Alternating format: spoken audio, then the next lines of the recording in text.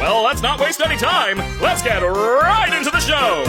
Jingle and silver and peanut Raga petak dan naik mobil.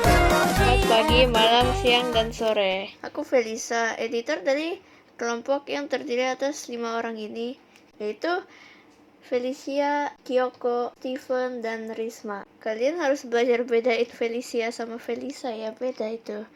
Dan kami akan mempresentasikan tentang mengenal alam sekitar dan masyarakat. Di lingkungan manusia berinteraksi dengan makhluk hidup lain yang ada di sekitar. Ada zaman prasejarah, disebut juga dengan zaman praksara. Zaman praksara adalah zaman ketika manusia belum mengenal aksara atau tulisan. Seiring dengan perkembangan peradaban manusia, pencemaran lingkungan pun terjadi. Ada berbagai jenis pencemaran, yaitu pencemaran udara, pencemaran air, dan pencemaran tanah. Pencemaran udara sangat berbahaya bagi kesehatan kita.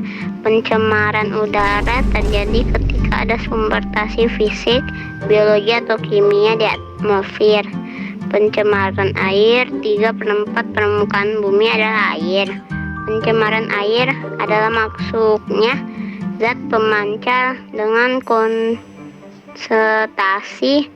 yang cukup besar ke dalam badan air yang membuat kualitas air menurun. Pencemaran tanah merupakan bagian paling penting dari komponen ekosistem.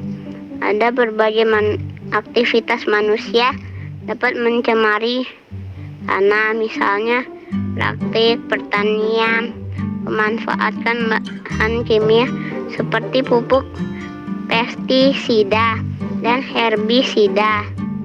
Pencemaran tanah juga dapat disebabkan oleh pembuangan limbah industri yang memengaruhi sifat kimia dan biologi tanah. Terima kasih. Mengenal masyarakat. Selain berinteraksi dengan lingkungan alam sekitarnya, manusia juga berinteraksi dengan sesamanya. Hal itu terjadi karena manusia adalah makhluk sosial. Kehidupan sosial tidak mungkin terjadi tanpa interaksi. Interaksi disebut interaksi sosial.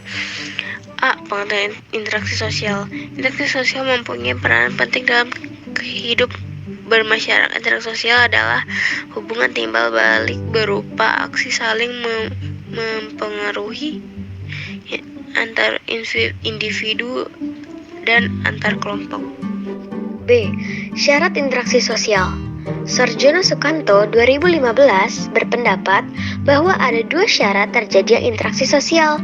2 syarat tersebut adalah kontak sosial dan komunikasi. C. Bentuk interaksi sosial. Menurut John Gillin dalam Sukanto 2015, interaksi sosial berlangsung dalam 2 jenis proses sosial, yaitu proses asosiatif dan proses disosiatif. Proses asosiatif mengarah pada persatuan, sedangkan proses disosiatif adalah sekelompok orang demi meraih tujuan tertentu.